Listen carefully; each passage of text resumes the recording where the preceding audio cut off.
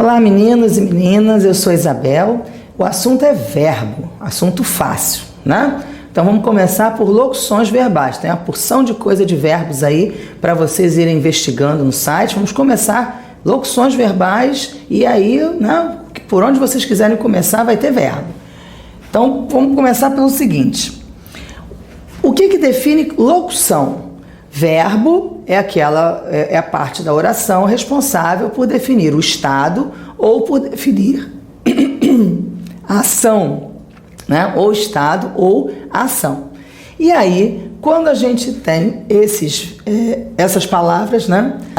A gente pode ter a classe gramatical expressa por uma palavra só, ou a gente pode ter a classe gramatical expressa por duas ou às vezes até três palavras. Então, existem locuções verbais com dois verbos, que é a maior parte delas, mas existem locuções verbais com três verbos e até com quatro verbos, né? Existem locuções verbais de voz passiva com quatro verbos. É muito verbo para pouca frase, né? Mas existe. Então, o cuidado que vocês têm que ter é perceber que esses dois verbos formam um conjunto, né? Eles formam uma única classe gramatical, tá? Bom, então a definição é que a locução verbal é formada pelo verbo auxiliar e pelo verbo principal. Então, dos dois, um tem que ser o mais importante. Por quê? Porque um é que tem que destinar qual é a ação, tá? Um tem que ser responsável por trazer o sentido daquela locução. E o outro vai ser responsável por carregar todo o trabalho, ou seja, por fazer a flexão de número, de tempo, de modo, né? Então, o verbo auxiliar faz as flexões. O verbo principal, que pode ficar no infinitivo, no gerúndio ou no particípio, é responsável por trazer o sentido daquela locução. Então, tá aí, o verbo principal vem sempre uma forma nominal, infinitivo, gerúndio, particípio. O verbo auxiliar vem normalmente conjugado, tá? Ou no indicativo, ou no subjuntivo, ou no imperativo. Então, olha aqui o exemplo. A gente tem assim, vamos fazer as pazes? Reparem como isso daqui é um conjunto, ó. Vamos fazer isso? Vamos comprar não sei o quê? Né? Vamos limpar a casa? Vamos arrumar um armário? Vamos... Esse vamos, na verdade, não significa que a pessoa vai caminhar em direção a alguma coisa.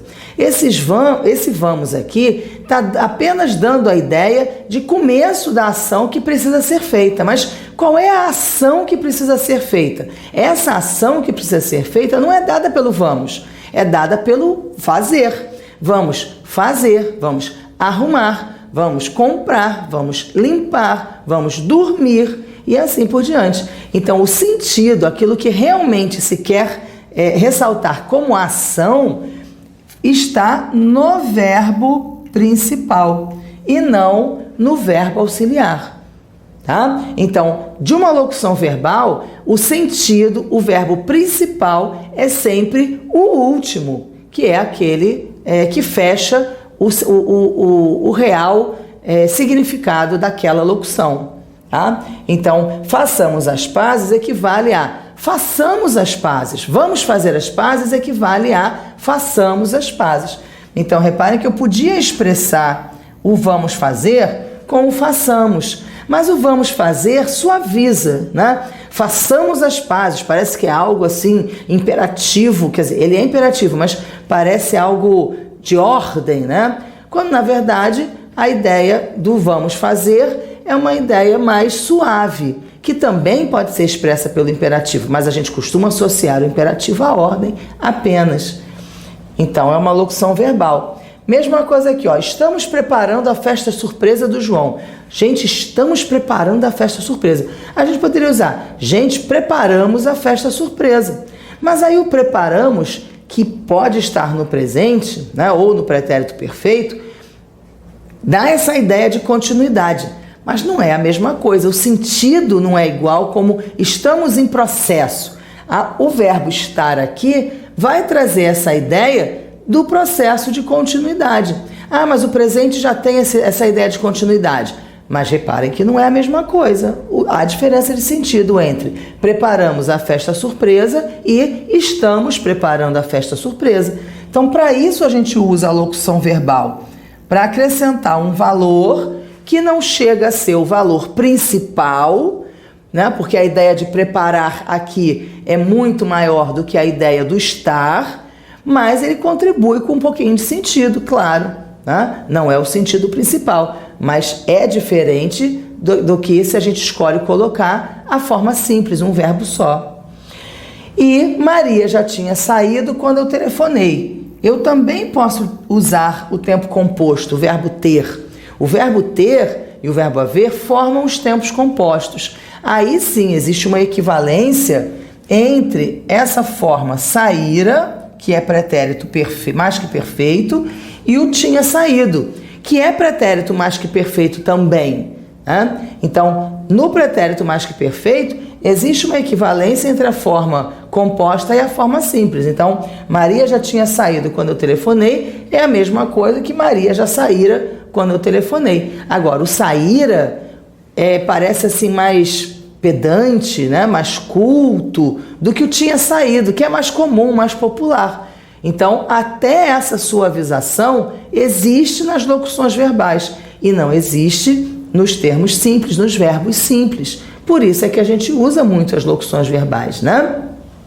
Bom, então nas locuções verbais, a gente tem o verbo auxiliar somado a um verbo principal. Os verbos auxiliares podem trazer contribuição de sentido, mas o que vai determinar o sentido da locução é o sentido do verbo principal, que é o último, tá? Bom, com os auxiliares, especialmente o ter e o haver, então aqui especialmente o ter e o haver, tá? Quando eu tenho o ter e o haver mais particípio, a gente faz os tempos compostos. Lembrem, vocês estão lembrados daquele exemplo que a gente acabou de ver lá do Maria já tinha saído?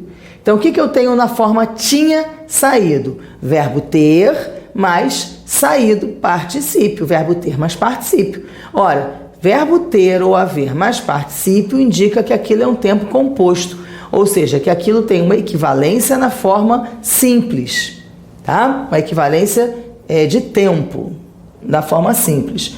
Então, João tem feito muitas atividades físicas. Ó, João tem feito é diferente de João fez, né? Então, tem feito traz uma ideia de continuidade.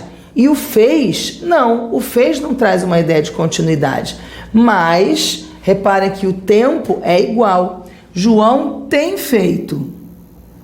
Sempre que o verbo auxiliar estiver no presente, e o verbo ter está no presente, né? Eu tenho, tu tens, ele tem.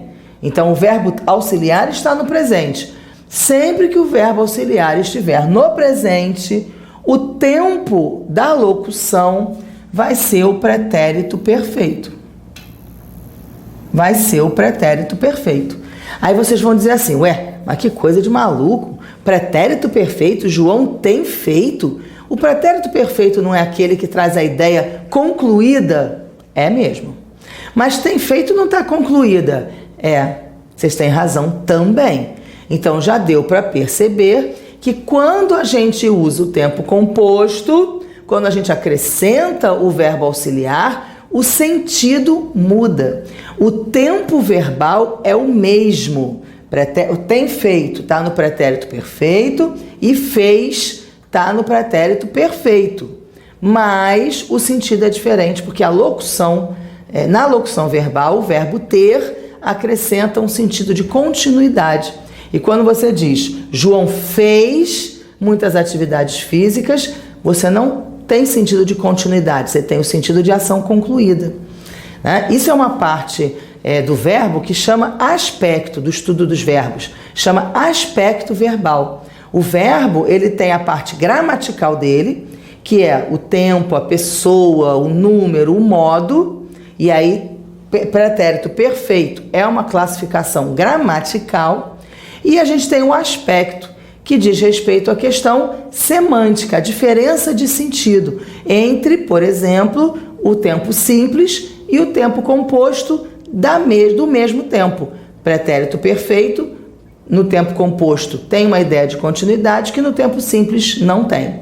Tá? Então, prestem atenção, esse tem feito aqui não está no presente não, tá? A locução verbal, quando a gente tem tempo composto, o pretérito perfeito é feito a partir do presente. Então, que tempo verbal é esse? Numa prova, por exemplo, você tem a frase: João tem feito muitas atividades físicas. Em que tempo a locução verbal está conjugada?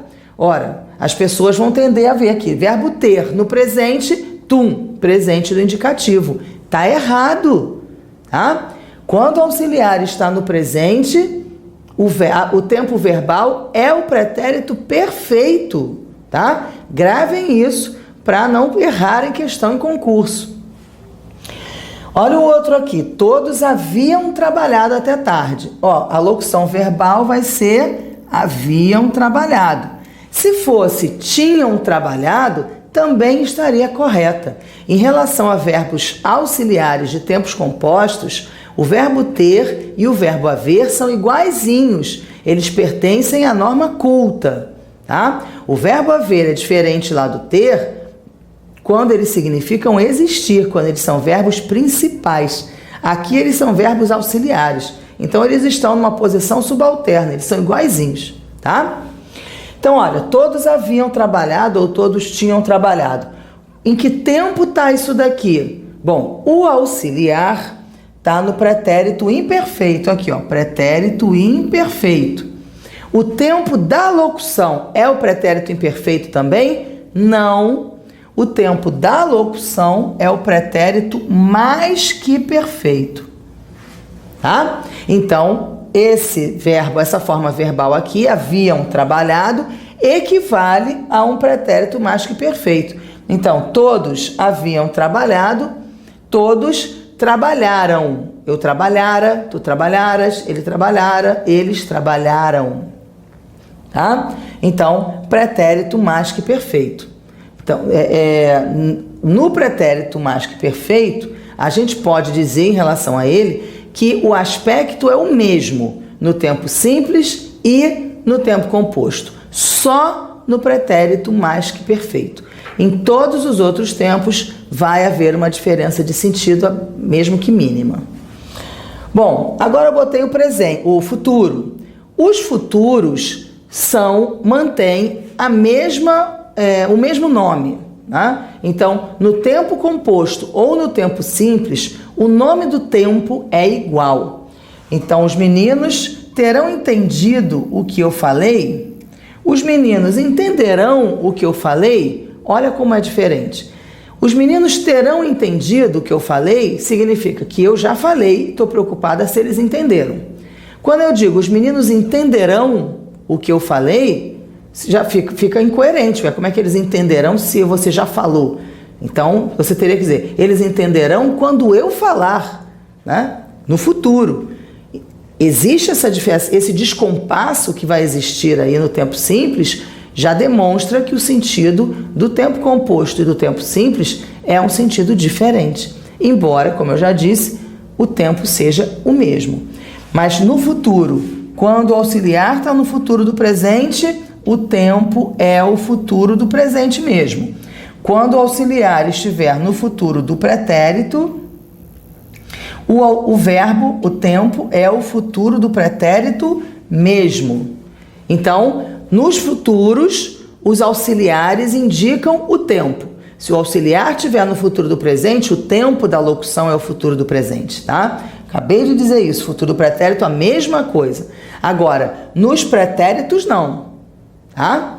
Nos pretéritos, o auxiliar fica num tempo e a locução fica em outro tempo. Tá? Guardem isso. Nos futuros é igual, nos pretéritos é diferente. E qual é o tempo composto do presente? Não tem. Presente não tem tempo composto. Qual é o tempo composto do pretérito imperfeito? Não tem também. Então, tempo composto de indicativo só tem esses 4. Tá? Os 2 pretéritos e os 2 futuros. Aí é só gravar isso. Nos tempos de futuro, os auxiliares têm o mesmo tempo da locução. Nos tempos de pretérito, não. Quando o auxiliar está no presente, a locução está no pretérito perfeito. Quando o auxiliar está no pretérito imperfeito, a locução está no mais que perfeito. Tá bom? Isso é fácil, tem que gravar, mas é fácil. Vamos lá.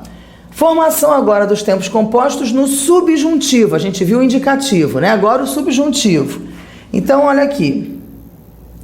Espero que ele tenha viajado com rapidez. Então, de novo, o verbo ter mais o viajado. Da mesma forma que a gente viu lá, se o verbo ter está no presente, qual é o tempo? Pretérito perfeito, igualzinho. Aí você diz assim, ué, pretérito perfeito? Mas no subjuntivo, o subjuntivo não tem só 3? Não, o subjuntivo tem 6 tempos. Só que 3 são compostos e 3 são simples.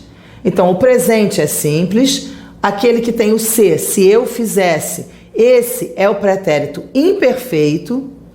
A gente tem o pretérito perfeito, que só existe na forma composta. E a gente tem o pretérito mais que perfeito, que também só existe na forma composta. Qual é o auxiliar do pretérito mais que perfeito? O pretérito imperfeito, igualzinho que a gente já viu, igualzinho, tá?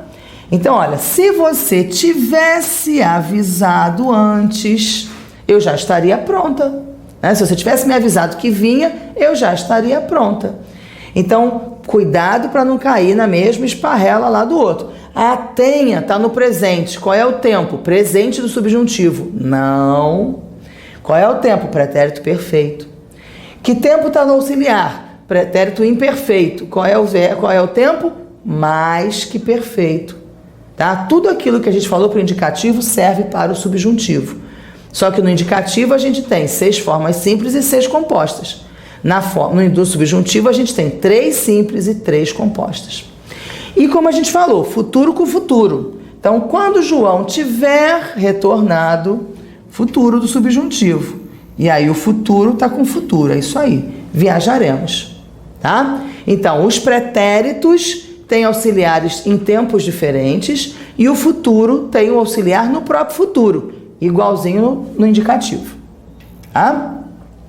Os auxiliares ser e estar, agora, formam voz passiva. Então, antes a gente falou das locuções que formam a voz ativa, que são os tempos compostos, né? Com ter e haver. E agora, com o particípio mais o ser e o estar, que vai formar a voz passiva. Quando é que a gente tem voz passiva? Quando o sujeito não é o agente da ação. Quando o sujeito pratica a ação, a gente tem voz ativa. Quando o sujeito não pratica a ação, a gente tem voz passiva. Olha só, passiva, não há sujeito agente. O sujeito é paciente, ele é passivo. Então, se você diz assim, o menino chutou a bola, qual é o sujeito? O menino. Ele é o agente de chutar, foi ele que chutou, ele praticou a ação, voz ativa. Agora, a bola foi chutada pelo menino, qual é o sujeito? A bola. Mas a bola praticou alguma ação? Não. Isso é voz passiva, tá? Então, na voz ativa, o sujeito pratica a ação. Na voz passiva, o sujeito não pratica a ação. Muito fácil isso, né? Então, olha aqui. O quadro foi vendido por milhões de reais. Então, eu já vi que o sujeito é o quadro e o quadro não praticou ação nenhuma. Se o quadro, que é o sujeito, não está praticando a ação do verbo, é porque a voz é passiva. Se eu quero dar esse sentido na frase, eu tenho que usar o verbo ser conjugado mais o verbo principal no particípio. Se eu digo o quadro tinha vendido, aí o quadro praticou a ação.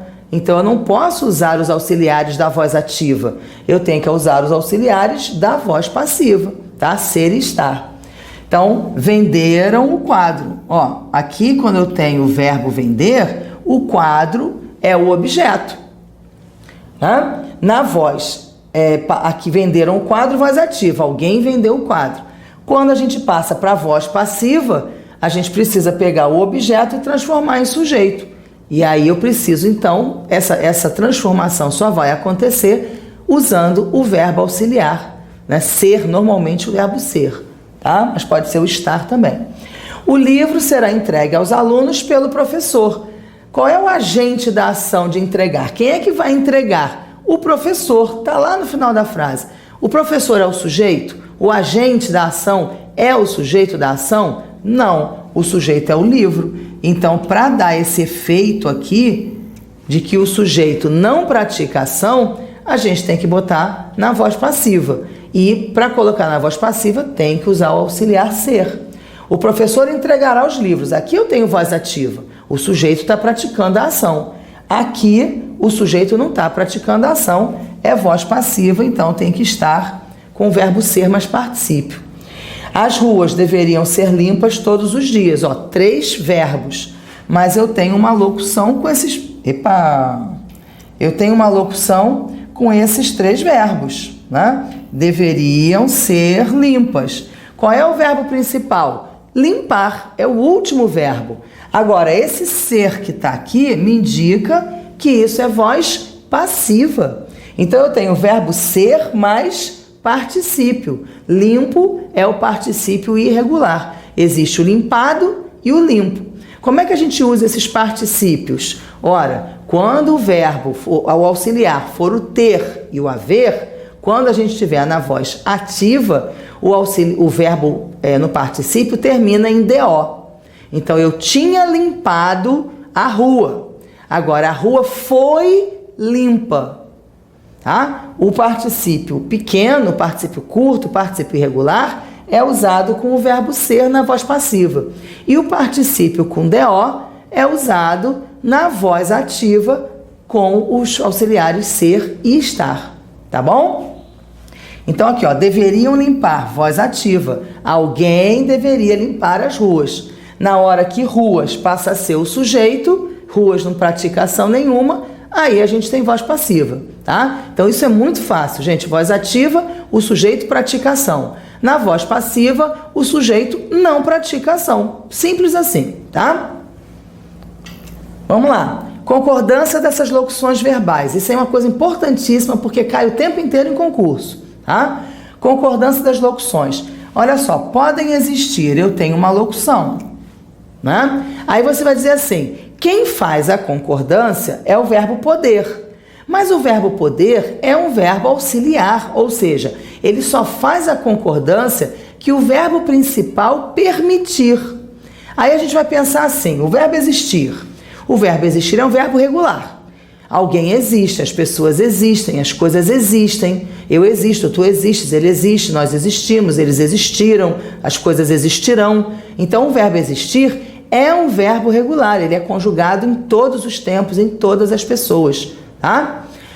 Porque ele é, então, um verbo regular, a gente vai ter um sujeito, que é essa palavra vidas que está aí, coloquei a setinha, olha que bonitinho do sujeito, então está ali vidas, é aquilo que existe. As vidas existem. Então, se o verbo existir flexionaria no plural para concordar com a palavra vidas, que é o sujeito, o verbo auxiliar também vai ser flexionado. Podem existir vidas em outros planetas. Tá? O sujeito vai ser essa palavra vidas. E aí o verbo vai para o plural para concordar com o sujeito. Agora reparem aqui, pode haver. Por que pode haver no singular se o resto é igualzinho? Pode haver vidas em outros planetas. Qual é a diferença que aconteceu aqui? Reparem que a gente diz assim, eu existo, tu existes, ele existe. A gente conjuga também isso, eu hei, tu hás, ele há, com o mesmo sentido? Eu existo na Terra, eu hei na Terra? Não. Né? Pode existir vida, existem vidas em outros planetas. E a gente pode dizer, hão vidas em outros planetas? Não. O verbo haver, quando ele perdeu o sentido dele ao longo da evolução da língua e pegou emprestado o sentido do existir. Por isso é que a gente diz o verbo haver com o sentido de existir. Ora, se o verbo haver, então, pega emprestado o sentido do existir, ele não é o existir. Então, o existir é verbo regular, ele tem sujeito. O verbo haver não tem sujeito. O verbo haver com o sentido de existir é impessoal, ele não tem sujeito. O que significa isso? significa que ele só vai existir na terceira pessoa do singular. Então não importa o que vem depois dele, porque o que vem depois dele é o objeto. É um verbo que não tem sujeito, mas tem objeto. E aí o verbo haver, então, só é conjugado na terceira pessoa do singular, vai levar o verbo auxiliar também para a terceira pessoa do singular. Então, podem ter vidas em outro planeta? Está errado. Pode haver vidas em outros planetas. Tá? Então, com o verbo ter e o verbo haver indicando existir, nunca vai ter plural. Nunca vai ter plural. Tá? Então, tinham muitas pessoas na rua hoje. Tinham? Não pode. Havia muitas pessoas. Tá? Tinham muitos trabalhos para fazer. Não pode. Tinha muitos trabalhos para fazer. Então, sempre que o verbo ter e o verbo haver indicarem existir, eles ficam no singular.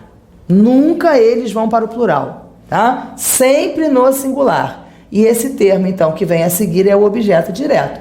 Isso serve para outros auxiliares. Eu falei do poder, mas com o dever é a mesma coisa. Deve ter vidas em outros planetas. O verbo ter aqui não significa existir? Significa, então ele não tem plural. Pronto, deve ter no singular. Devem existir. O existir é o dono do sentido, então ele vai variar. Ele tem sujeito. Vidas aqui é o sujeito. Se vidas é o sujeito, o verbo vai para o plural, concordando com ele. Tá legal? Agora, deve fazer 2 anos que ele viajou. Esse verbo fazer também é impessoal, ele não tem um sujeito que pratica a ação de fazer. Sempre que o verbo fazer estiver indicando tempo, a gente vai dizer que esse verbo é impessoal. O que significa em termos práticos isso? Significa que ele não tem plural, ele só existe no singular. Então pode ser 2 anos, 500 anos, 300 milhões de anos, não importa. O verbo vai ficar no singular.